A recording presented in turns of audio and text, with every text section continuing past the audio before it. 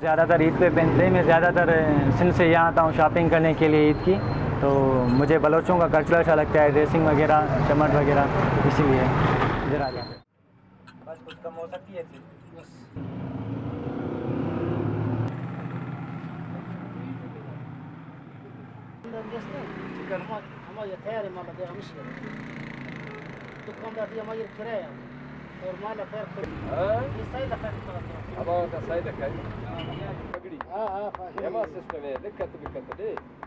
सब जो है ईद की सीज़न है, इस ऑर्डर ज़्यादा है, ऑर्डर में मसरूफ़ है। अल्हम्दुलिल्लाह बलूचिस्तान की हमारे बलोची जो है चप्पल हैं, ये पाकिस्तान की तमाम शहरों में चले जाते हैं।